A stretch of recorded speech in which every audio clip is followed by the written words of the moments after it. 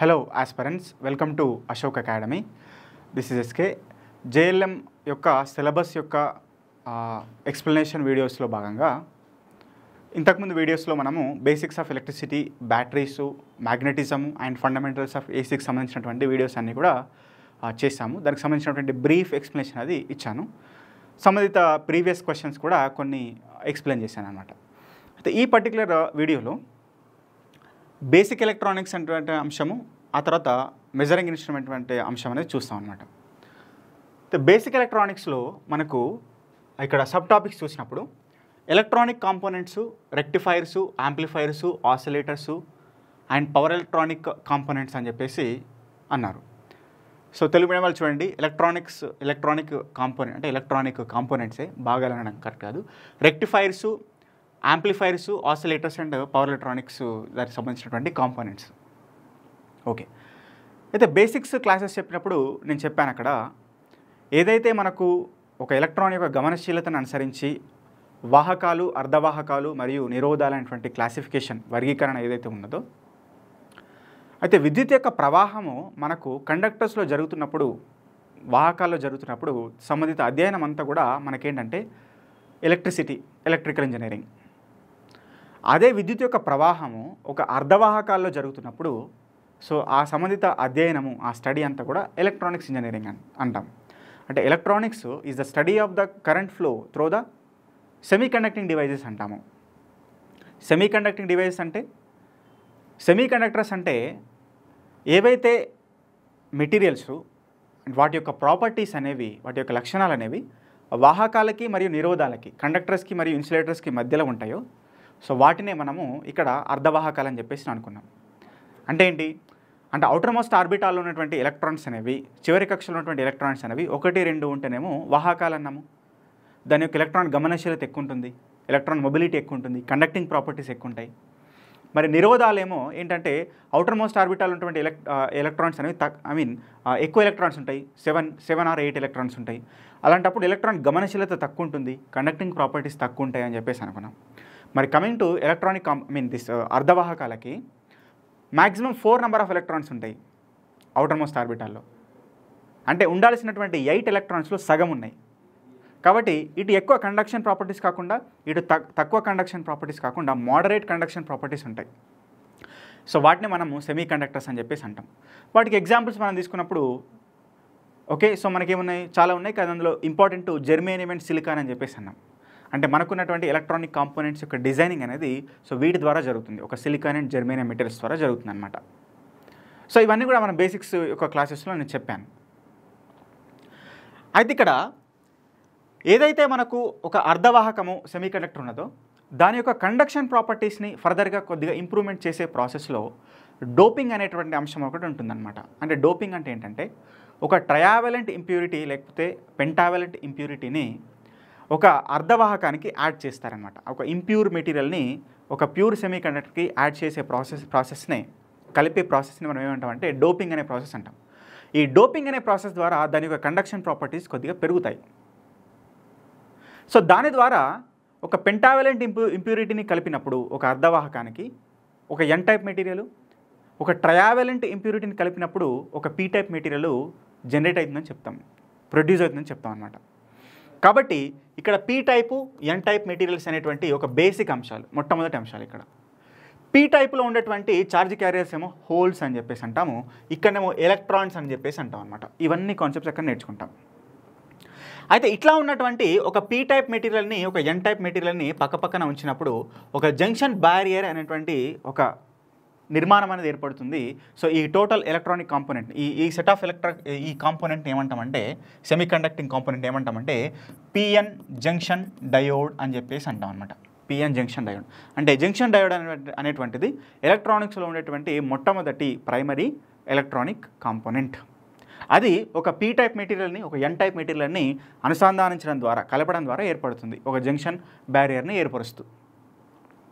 Okay, so ఈ రకంగా మనం బేసిక్స్లో నుంచి మెల్లమెల్లగా నేర్చుకోవాలి. సో దీని యొక్క ఎక్స్టెంట్ అంటే ఇక్కడ యాక్చువల్గా దీనికి ఒక ఫార్వర్డ్ బయాస్ అనేటువంటి ఒక కాన్సెప్ట్, రివర్స్ బయాస్ అనేటువంటి కాన్సెప్ట్, ఇవన్నీ నేర్చుకుంటాం ఇక్కడ. దాని యొక్క విఐ క్యారెక్టరిస్టిక్స్ ఇవన్నీ చూస్తాం అక్కడ. ఓకేనా. ఇక దీని తర్వాత ముందుకెళ్తే ట్రాన్సిస్టర్ అనే కాన్సెప్ట్ ఉంటుంది. అంటే ట్రాన్సిస్టర్ అంటే ఏంటి అంటే ఒక పిఎన్ జంక్షన్ డయోడ్ ఏదైతే ఉన్నదో ఆ పిఎన్ జంక్షన్ డయోడ్కి ఓకే ఇటు పక్కన ఒక ఎన్ టైప్ మెటీరియల్ పెట్టాం ఇంకొకటి. ఇప్పుడు ఏమవుతుంది ఎన్పిఎన్ అనేటువంటి ఒక ఎలక్ట్రానిక్ కాంపోనెంట్ తయారవుతుంది. ఓకే దీన్ని యాక్చువల్గా ట్రాన్సిస్టర్ లేదా బీజేటీ అంటాము. ఓకే ఈ పర్టికులర్ బీజేటీలో ఈ 3 మెటీరియల్స్ అంటే ఒక ఎన్ టైప్ మెటీరియల్, ఒక పీ టైప్ మెటీరియల్, ఒక ఎన్ టైప్ మెటీరియల్ మూడింటిని అనుసంధానం చేయడం ద్వారా ఏర్పడుతుంది. లేకపోతే మనకున్నటువంటి ఒక పిఎన్ అనేటువంటి ఒక డయోడ్ సమూహానికి ఇటువైపు ఒక పీ టైప్ మెటీరియల్ పెట్టాం. అంటే ఒక ఎన్ టైప్ మెటీరియల్స్కి both sides P type material, ఒక పీ టైప్ మెటీరియల్కి both sides N type material అనేది ఓకే ఒక అరేంజ్మెంట్ తీసుకురావడం చేత ఒక పిఎన్పి అనేటువంటి ఒక కాంపోనెంట్, ఒక ట్రాన్సిస్టర్ అనేటువంటి ఒక కాంపోనెంట్ తయారవుతుంది అనమాట. దాన్నే బీజేటీ బైజంక్షనల్ ట్రాన్సిస్టర్, యాక్చువల్గా బైపోలార్ బైజంక్షనల్ ట్రాన్సిస్టర్ అంటాం. అంటే దానిలో జరుగుతున్నటువంటి కరెంట్ యొక్క కండక్షను హోల్స్ చేత మరియు ఎలక్ట్రాన్స్ చేత రెండింటి ద్వారా జరుగుతుంది అనమాట. అందుకని దాన్ని బైపోలార్ 2 జంక్షన్స్ ఉన్నాయి కాబట్టి బైపోలార్ బైజంక్షనల్ ట్రాన్సిస్టర్ బీజేటీ అని చెప్పేసి అంటాం. సో ఇది నేర్చుకోవాలి. మరి ఈ పర్టికులర్ బీజేటీ అనేటువంటి ఏదైతే కాంపోనెంట్ ఎలక్ట్రానిక్ కాంపోనెంట్ ఏదైతే ఉన్నదో సో దాని ద్వారా చాలా అప్లికేషన్స్ అనేవి మనకు ఉన్నాయి. ముఖ్యమైనటువంటి అప్లికేషను యాంప్లిఫైర్ అంటే ఏంటి మనం ఇస్తున్నటువంటి ఏదైతే సిగ్నల్ ఒక వాయిస్ సిగ్నల్ ఏదైతే ఉన్నదో దాన్ని ఇంక్రీజ్ చేసి దాని యొక్క సిగ్నల్ స్ట్రెంత్ని ఇంక్రీజ్ చేసి బయటికి ఇస్తుంది అనమాట. ఒక మైక్లో మనం మాట్లాడేది నేను ఇంతే సౌండ్ కానీ బయట ఒక 100 మంది జనాలకు కూడా అది వినిపిస్తుంది అంటే ఏం చేస్తుంది దాని యొక్క సిగ్నల్ స్ట్రెంత్ని ఇంక్రీజ్ చేస్తుంది. అది చేసేటటువంటి లోపల ఉన్నటువంటి కాంపోనెంట్ ఏంటి ట్రాన్సిస్టరే అనమాట. కాబట్టి ట్రాన్సిస్టర్ యొక్క మెయిన్ అప్లికేషను బీజేటీ యొక్క మెయిన్ అప్లికేషను యాంప్లిఫైర్ అని చెప్పేసి మాట్లాడుకుంటాం. కాబట్టి ఇదంతా కూడా దీనికి సంబంధించింది.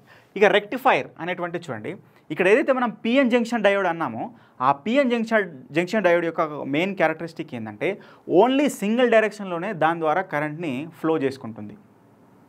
అంటే ఒక పిఎన్ జంక్షన్ డయోడ్ ఒక డయోడ్ ఉన్నది. ఓకే సో ఒక డయోడ్కి ఒక ఆల్టర్నేటింగ్ కరెంట్ సప్లై అనేది ఇచ్చినప్పుడు ఒక ఏసీ సప్లై ఇచ్చినప్పుడు ఓన్లీ ఒక పాజిటివ్ హాఫ్ సైకిల్ మాత్రమే బయటికి ఇస్తుంది, నెగిటివ్ హాఫ్ సైకిల్ని అక్కడికి సప్రెస్ చేస్తుంది అనమాట. అంటే పాజిటివ్ హాఫ్ సైకిల్ ఇచ్చి నెగిటివ్ హాఫ్ సైకిల్ అక్కడికి ఆపేస్తుంది. నెగిటివ్ అనేది ఒక డైరెక్షన్ అని చెప్తున్నాను మీకు, ఇంతకుముందు క్లాస్లో చెప్పాను. పాజిటివ్ డైరెక్షన్, నెగిటివ్ డైరెక్షన్ అంటే కరెంట్ యొక్క డైరెక్షను పాజిటివ్ ఆర్ నెగిటివ్ అని 2 రకాలుగా చెప్పబడుతుంది కదా.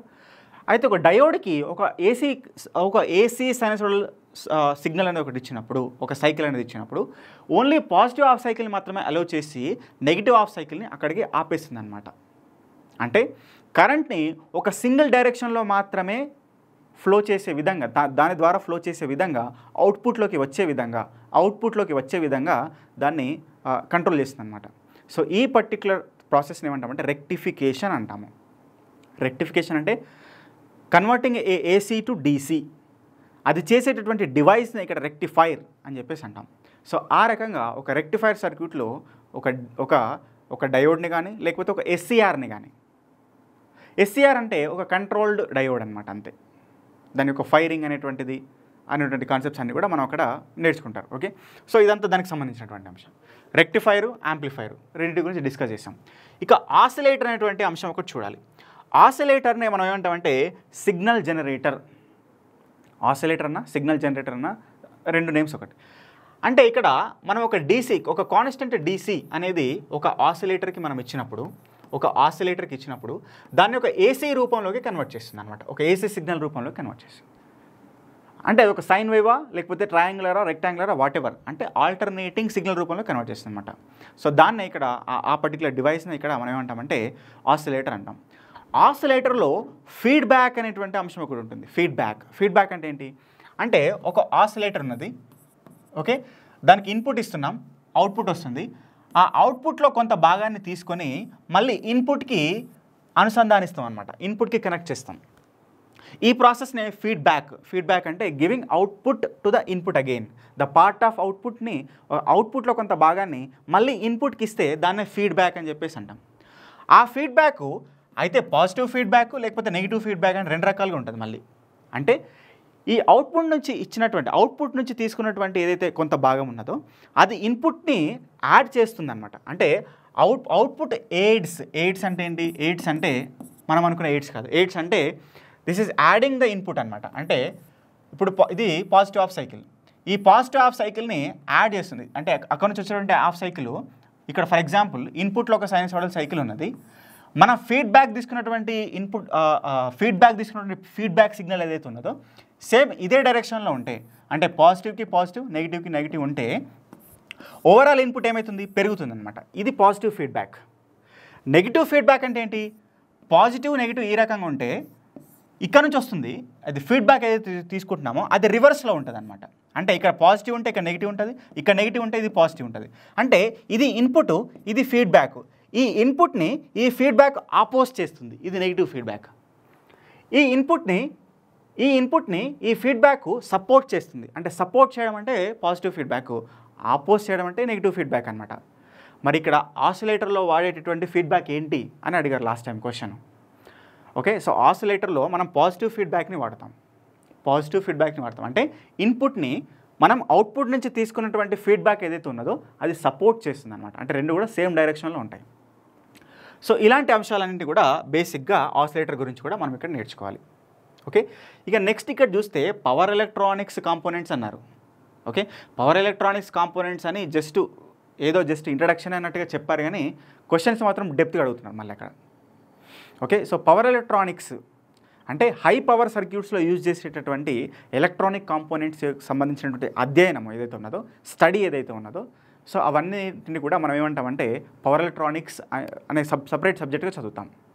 అందులో SCR, power diode, power transistor, ఇవన్నిటి గురించి కూడా చదువుతాం. IGBT, MOSFET, power MOSFET, power transistor, ఇవన్నిటి గురించి కూడా చదువుతాం అన్నమాట. ఓకే, ఎస్సీఆర్ దానికి సంబంధించినటువంటి కంట్రోల్ రెక్టిఫైర్. అంటే డయోడ్ యూజ్ చేసి ఒక రెక్టిఫైర్ని డిజైన్ చేస్తే దాన్ని ఏమంటాము, అన్కంట్రోల్డ్ రెక్టిఫైర్ అంటాము. ఒక ఎస్సీఆర్ని యూజ్ చేసి ఒక రెక్టిఫైర్ని డిజైన్ చేస్తే దాన్ని కంట్రోల్డ్ రెక్టిఫైర్ అంటాం అనమాట. సో అవన్నిటికి సంబంధించిన కాన్సెప్ట్స్ అన్నీ కూడా ఇందులో చదువుకుంటాం. ఓకే, ఇక్కడ పవర్ ఎలక్ట్రానిక్ కాంపోనెంట్స్ అని జస్ట్ ఇచ్చినప్పటికీ క్వశ్చన్స్ని బట్టి మొత్తం పవర్ ఎలక్ట్రానిక్ సబ్జెక్ట్ అంతా కూడా చదవాల్సిన అవసరం అనేది మనకు కనిపిస్తుంది అక్కడ. ఓకే, ఇప్పుడు క్వశ్చన్ చూస్తే మీకు అర్థమవుతుంది. నెక్స్ట్, సో ఇక్కడ క్వశ్చన్ చూడండి. An oscillator produces dash oscillations. Oscillator ఎటువంటి ఆసిలేషన్స్ని పుట్టిస్తుంది అని చెప్పేసి అన్నారు. అంటే ఇక్కడ damped, అన్డాంప్డ్, modulated and under damped అని చెప్పేసి ఇక్కడ ఆప్షన్స్ ఇచ్చారు. ఫస్ట్ ఇక్కడ ఈ టర్మ్స్ ఏంటో మీకు తెలియాలి. ఇప్పుడు ఒక సిగ్నల్ ఉందనుకోండి, ఆ సిగ్నల్ ఒక కాన్స్టెంట్ మ్యాగ్నిట్యూడ్తోనే, అంటే పాజిటివ్లో 5 volts అయితే నెగిటివ్లో కూడా 5 volts. అయితే ఎంత టైం వరకు, ఇన్ఫైనైట్ టైం వరకు కూడా, అనంతమైన సమయం వరకు కూడా ఒక కాన్స్టెంట్ మ్యాగ్నిట్యూడ్ని మెయింటైన్ చేస్తే, పాజిటివ్లో +5 volts, నెగిటివ్లో +5 volts కాన్స్టెంట్గా స్థిరంగా మెయింటైన్ చేస్తే దాన్ని అన్డాంప్డ్ అని చెప్పేసి అంటాం. అన్డాంప్డ్. ఓకే, అట్లా కాకుండా ఒక సిగ్నల్ అనేది స్టార్ట్ అయిన తర్వాత ఫస్ట్ దాని మ్యాగ్నిట్యూడ్ ఎక్కువనే ఉండి మెల్లమెల్లగా తగ్గిపోయి 0 అయిపోయింది అనుకోండి. ఓకే, దాన్ని డాంప్డ్ అని చెప్పేసి అంటాం. డాంప్డ్. ఓకే, సో అదేవిధంగా మాడ్యులేటర్ అంటే ఏంటంటే ఆ సిగ్నల్ యొక్క స్ట్రెంగ్త్ని డిక్రీజ్ చేయడం, ఇంక్రీజ్ చేయడం. ఓకే, సో దాన్ని మాడ్యులేషన్ అని చెప్పేసి అంటాం. అంటే దాని యొక్క వాల్యూస్ పెరగడం తగ్గడం అంట, ఫస్ట్ పెరగడం ఆ తర్వాత తగ్గడం, దానిలో చేంజెస్ ఉండడం మాడ్యులేషన్ అంతే. ఇది కమ్యూనికేషన్లో సంబంధించినటువంటి ఒక పదం. ఇక అండర్ డాంప్డ్ అంటే సో ఫస్ట్ ఆ సిగ్నల్ స్టార్ట్ అయిన తర్వాత కొంతసేపటి వరకు ఆసిలేషన్స్ దాని యొక్క స్ట్రెంత్ అనేది, అంటే దాని యొక్క మ్యాగ్నిట్యూడ్ బాగానే ఉండి రాను మెల్లమెల్లగా తగ్గిపోతుంది అనమాట. దీన్ని అండర్ డాంప్డ్ అని చెప్పేసి అంటాం. కాబట్టి ఇక్కడ ఆసిలేటర్ ప్రొడ్యూస్ చేసేటటువంటి సిగ్నల్ యొక్క స్ట్రెంత్ ఎప్పుడైనా సరే మ్యాగ్నిట్యూడ్ కాన్స్టెంట్గా ఉండాలి, ఇట్లా ఉండాలి. అప్పుడే అది ఒక ఆసిలేటర్గా చెప్పబడుతుంది. ఓకే, సో అలాంటి ఆసిలేషన్స్ ఏంటంటే అన్డాంప్డ్ ఆసిలేషన్స్. ఎప్పుడైనా సరే అన్డాంప్డ్ ఆసిలేషన్స్ని ప్రొడ్యూస్ చేయాలి. అది ప్రొడ్యూస్ చేయాలంటే పాజిటివ్ ఫీడ్బ్యాక్ ఉండాలి. ఇంతకుముందు చెప్పాను, ఆసిలేటర్లో పాజిటివ్ ఫీడ్బ్యాక్ ఉంటుందని చెప్పాను. అసలు పాజిటివ్ ఫీడ్బ్యాక్ ఎందుకంటే పాజిటివ్ ఫీడ్బ్యాక్ ఉంటేనే దాని నుంచి వచ్చేటటువంటి ఆసిలేషన్స్ అన్డాంప్డ్ ఆసిలేషన్స్ ఉంటాయన్నమాట. సో ఆ రకంగా ఇలాంటి కాన్సెప్ట్స్ని మనం అర్థం చేసుకోవాలి. ఓకే, మీరు సబ్జెక్ట్లో బాగా చదువుతారు, జస్ట్ ఐడియా ఇస్తున్నా అంతే నేను. Maximum efficiency of single phase half wave rectifier అన్నారు. Single phase half wave rectifier యొక్క గరిష్ట ఎఫిషియన్సీ ఎంత అని చెప్పేసి అన్నారు. 20.3%, 50%, 40.6%, 81.2%. చూడండి, maximum efficiency of single phase half wave rectifier యొక్క మ్యాక్సిమం ఎఫిషియన్సీ ఎప్పుడైనా సరే 40.6% అనేది గుర్తుపెట్టుకోవాలి. ఫుల్ వేవ్ రెక్టిఫైర్కి ఎప్పుడైనా సరే దీనికి డబుల్ అంటే 81.2% అని గుర్తుపెట్టుకోవాలన్నమాట. కాబట్టి హాఫ్ వేవ్ రెక్టిఫైర్ అంటే 40.6. ఓకే, సో అది గుర్తుపెట్టుకోవాలి. చూడండి ఇక్కడ దీనికి సంబంధించిన ఒక బాక్స్ ఉన్నది మనకు ఎలక్ట్రానిక్స్ సంబంధించినటువంటి చూడండి ఇక్కడ ఆ రెక్టిఫైర్ సంబంధించినటువంటిది. ఇప్పుడు half wave rectifier, full wave rectifier, bridge రెక్టిఫైర్లో ఉన్నటువంటి డిఫరెంట్ పారామీటర్స్ మధ్య భేదాలు, డిఫరెన్సెస్, అది number of diodes, average DC current, average DC voltage, RMS current, DC power output, AC power output, maximum efficiency, ఇంతకుముందు వచ్చిన బిట్ చూడండి ఇక్కడ నుంచి వచ్చింది. Maximum rectifier efficiency 40.6% half wave rectifier, full wave rectifier 81.2%, bridge rectifier 81.2%. అంటే full wave రెక్టిఫైర్లో bridge rectifier and centre tap rectifier రెండు ఉంటాయి, అవి రెండు కూడా ఫుల్ వేవ్ రెక్టిఫైర్ టైప్స్ అనమాట.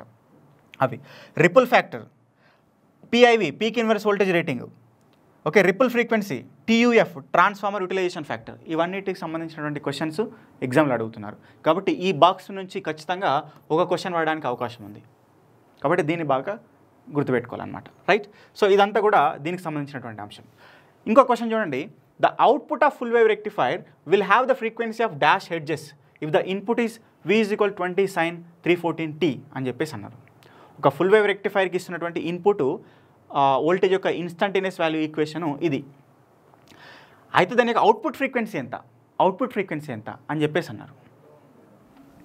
చూడండి ఇక్కడ ఇప్పుడు డైరెక్ట్గా output frequency is equal to 2 times of input frequency అనేటువంటిది మనకి ఇక్కడ ఉన్నటువంటి ఈక్వేషన్, అది ఫార్ములా. మరి ఇన్పుట్ ఫ్రీక్వెన్సీ ఎంత అనేది తెలియాలి ఫస్ట్. ఇన్పుట్ ఫ్రీక్వెన్సీ ఎంత? ఇన్పుట్ ఫ్రీక్వెన్సీ ఇక్కడ డైరెక్ట్గా ఇచ్చారా? ఇవ్వలేదు. ఏమిచ్చారు? Instantaneous value of voltage equation ఇచ్చారు. దీని నుంచి మనము యాక్చువల్గా ఇన్పుట్ ఫ్రీక్వెన్సీ ఎంత అనేటువంటిది మనం తెలుసుకోవాలి. ఇది తెలియాలంటే ఫండమెంటల్స్ ఆఫ్ ఏసీ బాగా చదవాలి. ఇన్స్టంటేనియస్ వాల్యూ అంటే ఏంటిది, దాని ఈక్వేషన్ ఎట్లా వచ్చింది, దానిలో ఉన్నటువంటి డిఫరెంట్ పారామీటర్స్ ఏంటి, ఇవన్నీ బాగా డెప్త్గా మనం నేర్చుకున్నప్పుడు దాని ద్వారా ఈ కాన్సెప్ట్ తెలుస్తుంది అనమాట. ఓకే, ఇప్పుడు ఇన్స్టంటేనియస్ వాల్యూ ఈక్వేషన్ మనం రాసినప్పుడు ఏం రాస్తాము? V = Vm sin ωt అని రాస్తాం. ఇక్కడ ఒమేగా అంటే 2πf అనమాట. మరి ఇక్కడ చూడండి V = 20 sin 314t అన్నారు. అంటే ఒమేగా = 314 అని ఇచ్చారనమాట, అంతేనా? మరి ఒమేగా అంటే 2πf, ఎఫ్ అంటే ఇన్పుట్ ఫ్రీక్వెన్సీ, ఎఫ్ అంటే ఇన్పుట్ ఫ్రీక్వెన్సీ. కాబట్టి ఈ 2πf = 314 అనమాట. ఓకే, 2πf = 314 అనమాట. అయితే దీన్ని మరి ఇప్పుడు దీన్ని ఫైండ్ అవుట్ చేయాలంటే ఏం చేయాలి? ఎఫ్ = 314/2π చేయాలి. అప్పుడు దాని వాల్యూ ఎంతనో వస్తుంది. ఓకేనా? మరి ఇక్కడ మనం చూస్తే ఇక్కడ చూడండి 314/2 × 3.14. పై అంటే 3.14, పై అంటే 3.14. ఆ 3.14 ఇక్కడ పెట్టినాం. ఈ 3.14 × 100 = 314. కాబట్టి 100/2 = 50 హెర్ట్జెస్ అనమాట, 50 హెర్ట్జెస్. ఈ రకంగా మనకి ఇన్పుట్ ఫ్రీక్వెన్సీ 50 అని తెలుస్తుంది. కానీ ఇలాంటి ప్రాబ్లమ్స్ వచ్చినప్పుడు మనం గుర్తుపెట్టుకోవాలి, ఎప్పుడైతే ఇక్కడ 314 అన్నారో అప్పుడు ఫ్రీక్వెన్సీ 50 హెర్ట్జ్ ఉన్నట్టు. ఎందుకంటే 314/2π చేసినప్పుడు 50 కదా. అంటే ఇక్కడ చూడండి 314 2πf = 314 అన్నారు. 314 అంటే 2 × 3.14 × 50 చేసినప్పుడు 50 × 2 100, 100 × 3.14 = 314 అట్లా వచ్చిందనమాట ఇది. ఓకేనా? ఎప్పుడైనా సరే ఇక్కడ 314 ఉంటే ఎఫ్ = 50 అని గుర్తుపెట్టుకోవాలి, 628 ఉంటే ఎఫ్ = 100 అని గుర్తుపెట్టుకోవాలి. అట్లా దాని మీద ఐడియా ఉండాలన్నమాట. ఇవన్నిటి మీద ఐడియా లేకుండా క్వశ్చన్స్ ఇలాంటి సంబంధించిన క్వశ్చన్స్ అని ప్రాక్టీస్ చేయకుండా ఇదంతా చేయాలి అంటే అక్కడ టైం పడుతుంది. ఓకే, అంతలోపు ఎగ్జామ్ అయిపోతుంది అనమాట. అందుకని బాగా ప్రాక్టీస్ చేయాలి. సబ్జెక్టు అసలు ఏంటి, ప్రీవియస్ క్వశ్చన్స్ ఏంటి, ఎట్లా అడుగుతున్నారు, ఏమేమో మనం ఎగ్జామ్కి ముందే ప్రిపేర్ అయి ఉండాలి, బాగా గుర్తుపెట్టుకుని వెళ్ళాలి అనేటువంటి అంశాలన్నింటినీ మన మీద ఐడియా ఉన్నప్పుడు ఎక్కువ స్కోర్ చేయడానికి అవకాశం ఉంటుంది అనమాట. ఆ రకంగా ఇన్పుట్ ఫ్రీక్వెన్సీ 50, మరి అవుట్పుట్ ఫ్రీక్వెన్సీ ఎంత? 2 × ఇన్పుట్ కాబట్టి 100 అనమాట. సో అట్లా ఆన్సర్ చేయాలి, రైట్. ఇంకోటి చూడండి, రివర్స్ బయాస్ సమయంలో ఒక ఆదర్శ రెక్టిఫైర్ డయోడ్ డాష్ నిరోధకతను చూపిస్తుంది. ఓకే, మరియు ఆదర్శవంతమైన జీనా డయోడు దాని యొక్క సాధారణ ఆపరేటింగ్ మోడ్లో ఎంత నిరోధకతను చూపిస్తుంది? డాష్ నిరోధకతను చూపిస్తుంది అన్నారు. During reverse bias N ideal rectifier diode offer dash resistance and and ideal Jena diode offer dash resistance in there normal operating modes అని చెప్పేసి అన్నారు. అంటే ఐడియల్ రెక్టిఫైర్ డయోడ్ గురించి మాట్లాడుతున్నాడు ఒకటి, ఐడియల్ జీనా డయోడ్ గురించి మాట్లాడుతున్నాడు రెండు. ఏమని మాట్లాడుతుంది మరి? ఆ రెండింటి రివర్స్ బయాస్ చేసినప్పుడు వాటి యొక్క నార్మల్ ఆపరేటింగ్ మోడ్స్లో అవి చూపించే రెసిస్టెన్స్ ఎంత అని అడుగుతున్నారు అనమాట. ఎప్పుడైనా గుర్తుపెట్టుకోవాలి, ఫార్వర్డ్ బయాస్ చేసినప్పుడు ఒక డయోడ్ని ఫార్వర్డ్ బయాస్ చేసినప్పుడు 0 రెసిస్టెన్స్ ఉంటుంది, రివర్స్ బయాస్ చేసినప్పుడు ఓకే ఇన్ఫైనైట్ రెసిస్టెన్స్ ఉంటుంది అనమాట. ఇన్ఫైనైట్ రెసిస్టెన్స్ ఉంటుంది. సో దాన్ని అనుసరించి రివర్స్ బయాస్లో ఐడియల్ రెక్టిఫైర్, అంటే నేను నార్మల్ రెక్టిఫైర్ గురించి మాట్లాడుతున్నా, జీనార్ వేరు నార్మల్ వేరు. ఓకే, నార్మల్ రెక్టిఫైర్ అనేది అంటే నార్మల్ రెక్టిఫైర్ డయోడ్ అనేది రివర్స్ బయాస్లో ఇన్ఫైనైట్ రెసిస్టెన్స్ చూపిస్తుంది అనమాట. ఇన్ఫైనైట్ అంటే అనంతమైన రెసిస్టెన్స్, ఓపెన్ సర్క్యూట్ అనమాట అది, జస్ట్ లైక్. ఓకే, మరి ఐడియల్ జీనార్ డయోడ్ అనేది, ఇప్పుడు జీనార్ డయోడ్ అనేది ఒక స్పెషల్ కన్స్ట్రక్షన్, ఒక స్పెషల్ డిజైన్ అనమాట. డయోడ్లో ఒక డయోడ్కి special modification, special designing zener diode. ఎందుకు ఆ స్పెషల్ డిజైనింగ్ అంటే వోల్టేజ్ రెగ్యులేషన్ పర్పస్. అంటే జీనార్ డయోడ్ని ఒక వోల్టేజ్ రెగ్యులేటర్ లాగా వాడేటటువంటి పర్పస్ ఒకటి ఉన్నది. అందుకని జీనార్ వోల్టేజ్ రెగ్యులేటర్ అంటారు. జీనార్ డయోడ్ కాకుండా జీనార్ వోల్టేజ్ రెగ్యులేటర్ అంతే. మరి ఎప్పుడు ఆ జీనార్ డయోడ్ అనేది వోల్టేజ్ రెగ్యులేటర్ లాగా పనిచేస్తుంది అంటే ఒక జీనార్ డయోడ్ ఫార్వర్డ్ బయాస్లో ఒక నార్మల్ డయోడ్ ఎట్లయితే ఆపరేట్ అవుతుందో అట్లనే వర్క్ అవుతుంది ఫార్వర్డ్ బయాస్లో. రివర్స్ బయాస్లో చూస్తే ఒక పర్టిక్యులర్ వోల్టేజ్ దగ్గర అది బ్రేక్ డౌన్ అయిపోతూ ఆ బ్రేక్ డౌన్ వోల్టేజ్ని కాన్స్టెంట్గా మెయింటైన్ చేస్తూ okay so maximum amount of avalanche కరెంట్ని ఫ్లో చేసుకుంటూ ఉంటుందన్నమాట. అంటే ఈ పర్టికులర్ రీజన్ ఏదైతే ఈ బ్రేక్ డౌన్ VBR తర్వాత ఉన్నటువంటి డయోడ్ క్యారెక్టరిస్టిక్స్ని దీని ఏమంటామంటే reverse breakdown reason of Zener అంటాము. ఆ సిచ్యువేషన్లో జీనార్ డయోడ్ అనేది ఒక వోల్టేజ్ రెగ్యులేటర్ లాగా పనిచేస్తుంది అనమాట. అప్పుడు కరెంట్ మ్యాక్సిమం ఉంటుంది, దాన్ని జీనార్ కరెంట్ అవలాంచి కరెంట్ అంటాము. కరెంట్ మ్యాక్సిమం ఉంటుంది, వోల్టేజ్ కాన్స్టెంట్గా ఉంటుంది VBR. కరెంట్ మ్యాక్సిమం ఉంటుంది కాబట్టి రెసిస్టెన్స్ అనేది ఓకే సో 0 మినిమం అనమాట. అందుకని జీనార్ డయోడ్కి zener diode will offer 0 resistance in the reverse bias situation. అయితే చూడండి, ఇక్కడ రివర్స్ బయాస్ గురించి మాట్లాడినప్పుడు మళ్ళీ 2 సిచ్యువేషన్స్ ఉన్నాయి. ఇదేమో రివర్స్ బ్లాకింగ్, ఇదేమో reverse breakdown region. Reverse బ్లాకింగ్లో current minimum, resistance infinite reverse బ్లాకింగ్లో. కానీ రివర్స్ కండక్షన్లో లేకపోతే రివర్స్ బ్రేక్ డౌన్లో voltage constant, current maximum, resistance 0. మరి ఈ రీజన్ అనేది చెప్పలేదు. ఏ రీజన్ చెప్పినప్పుడు డిఫాల్ట్గా ఈ రీజనే తీసుకుంటాం. ఎందుకంటే జీనార్ డయోడ్ నార్మల్గా ఆపరేట్ చేసేది ఈ రీజన్లోనే, మనం వోల్టేజ్ రెగ్యులేషన్ రీజన్లో. కాబట్టి దీన్నే కన్సిడర్ చేసుకొని అప్పుడు 0 ohms అని తీసుకుంటాం అనమాట. రైట్. సో అది దానికి సంబంధించి. స్పెసిఫిక్గా రివర్స్ బ్లాకింగ్ అన్నారనుకోండి, అప్పుడు ఇన్ఫైనైట్ రెసిస్టెన్స్ మళ్ళీ. Right. Okay. A single SCR is connected between the single phase AC source and the resistive load is triggered at an angle of pi by 5 radians. Then the conduction angle అని చెప్పేసి అన్నారు. అంటే SCR అంటే controlled rectifier అనొచ్చు. SCR అంటే control diode. అంటే ఇప్పుడు ఒక డయోడ్ ఉందనుకోండి, డయోడ్కి ఒక వోల్టేజ్ ఇవ్వగానే అది ఫార్వర్డ్ బయాసా రివర్స్ బయాసా ఇన్స్టంట్గా జరిగిపోతుంది. ఇన్స్టంట్గా సప్లై ఇవ్వగానే స్టార్ట్ అవుతుంది. కానీ ఒక SCR అనేది కంట్రోల్డ్, అంటే ఫైరింగ్ అనేటువంటిది, అంటే అది ఎప్పుడు స్టార్ట్ అవ్వాలి ఎప్పుడు స్టార్ట్ అవ్వకూడదు అనేది మనం డిసైడ్ చేస్తాం. అదే SCR యొక్క సిగ్నిఫికెన్స్. అంటే ఆ కంట్రోలింగ్ చేసేటటువంటి దాన్నే మనం ఇక్కడ ఫైరింగ్ అంటాం. SCR ఫైరింగ్ అంటే SCR ఫైర్ చేసినామంటే అది కండక్షన్లోకి వెళ్తుంది అనమాట. ఓకే, అంటే SCR యొక్క కండక్షన్ని కంట్రోల్ చేసే ప్రాసెస్సే ఫైరింగ్. ఆ రకంగా SCR కండక్షన్ని మనం కంట్రోల్ చేస్తున్నాం కాబట్టి అది చేసే రెక్టిఫికేషన్ ప్రాసెస్ని కూడా మనం కంట్రోల్ చేస్తున్నాం అనమాట. అందుకని ఒక SCRని రెక్టిఫైర్లో వాడినప్పుడు దాన్ని కంట్రోల్డ్ రెక్టిఫైర్ అంటాం. రైట్. సో ఇది దీనికి సంబంధించినటువంటి అంశం. అయితే ఒక రెక్టిఫైర్, ఒక సింగిల్ ఫేజ్ సర్క్యూట్లో లైవ్ వైర్లో, ఫేజ్ వైర్లో ఒక రెక్టిఫైర్ని కనెక్ట్ చేస్తాం. కంట్రోల్ రెక్టిఫైర్ SCRని కనెక్ట్ చేస్తాం. లోడ్ అనేది రెసిస్టివ్ లోడ్గా కనెక్ట్ చేస్తాం. అప్పుడు ఈ SCR యొక్క కండక్షన్ యాంగిల్ ఎంత అని చెప్పేసి అన్నారు. దానికి ఫార్ములా ఉంది. Conduction angle gamma = 5 - alpha. Alpha అంటే ఫైరింగ్ యాంగిల్. అంటే ఏ ఇన్స్టంట్ దగ్గర అయితే దాన్ని ఫైర్ చేస్తున్నామో, దాన్ని కండక్షన్ స్టార్ట్ చేపిస్తున్నామో అది ఫైరింగ్ యాంగిల్.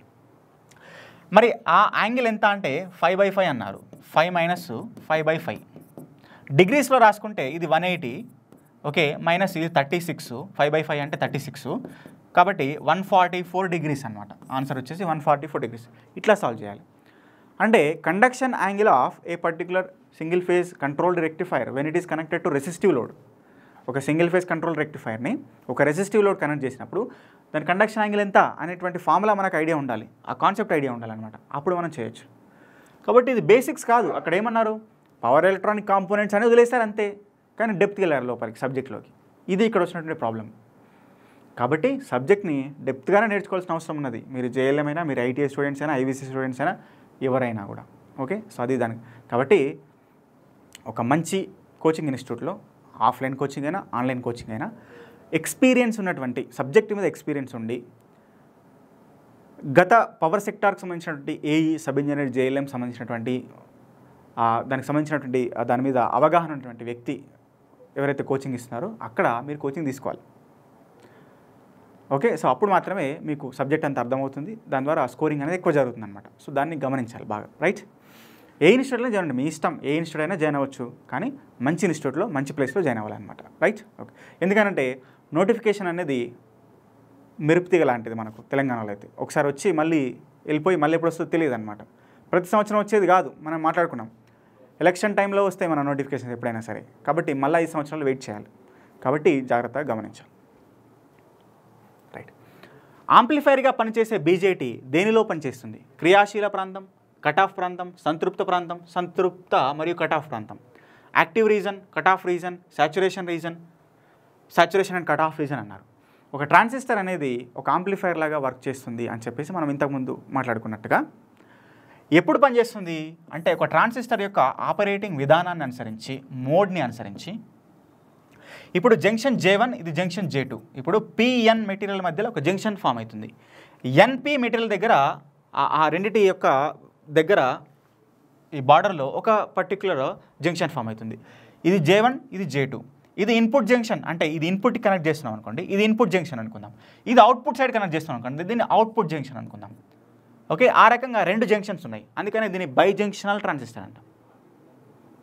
రైట్, కాబట్టి ఇప్పుడు ఈ ఇన్పుట్ జంక్షన్ని ఫార్వర్డ్ చేస్తాము, అవుట్పుట్ జంక్షన్ కూడా ఫార్వర్డ్ చేస్తాము. ఇది ఒక particular situation. Input junction reverse చేస్తాము, అవుట్పుట్ జంక్షన్ కూడా రివర్స్ చేస్తాము. ఇది ఒక రకమైనటువంటి ఆపరేషన్. ఇన్పుట్ జంక్షన్ని ఫార్వర్డ్ చేస్తాము, అవుట్పుట్ జంక్షన్ని రివర్స్ చేస్తాము. ఇది ఒక రకమైనటువంటి సిచ్యువేషన్. ఇక్కడ ఈ ఇన్పుట్ని ఫార్వర్డ్ బయాస్, అవుట్పుట్ని కూడా ఫార్వర్డ్ చేసేటటువంటి సిచ్యువేషన్లో ఇది ఒక ఆన్ స్విచ్ లాగా వర్క్ చేస్తుంది అనమాట. ఒక స్విచ్ లాగా వర్క్ చేస్తుంది transistor, on switch. Input reverse bias, output కూడా రివర్స్ బయాస్ చేస్తే ఒక ఆఫ్ స్విచ్ లాగా పనిచేస్తుంది అనమాట ట్రాన్సిస్టర్. ఓకేనా, అదేవిధంగా ఇన్పుట్ని ఫార్వర్డ్ బయాస్ చేసి, అంటే ఇన్పుట్ జంక్షన్ని ఫార్వర్డ్ బయాస్ చేసి అవుట్పుట్ జంక్షన్ రివర్స్ బయాస్ చేసినప్పుడు అదొక ఆంప్లిఫైయర్ లాగా వర్క్ చేస్తుంది. దీన్ని ఏమంటామంటే యాక్టివ్ రీజన్, అంటే operating region active mode or active region అని చెప్పేసి అంటాం. ఓకే, కాబట్టి ఇది యాక్టివ్ రీజన్ గుర్తుపెట్టుకోవాలి. ట్రాన్సిస్టర్ ఎప్పుడు ఆంప్లిఫైర్ లాగా పనిచేస్తుంది? యాక్టివ్ రీజన్లో ఆంప్లిఫైర్ లాగా పనిచేస్తుంది. Okay, right.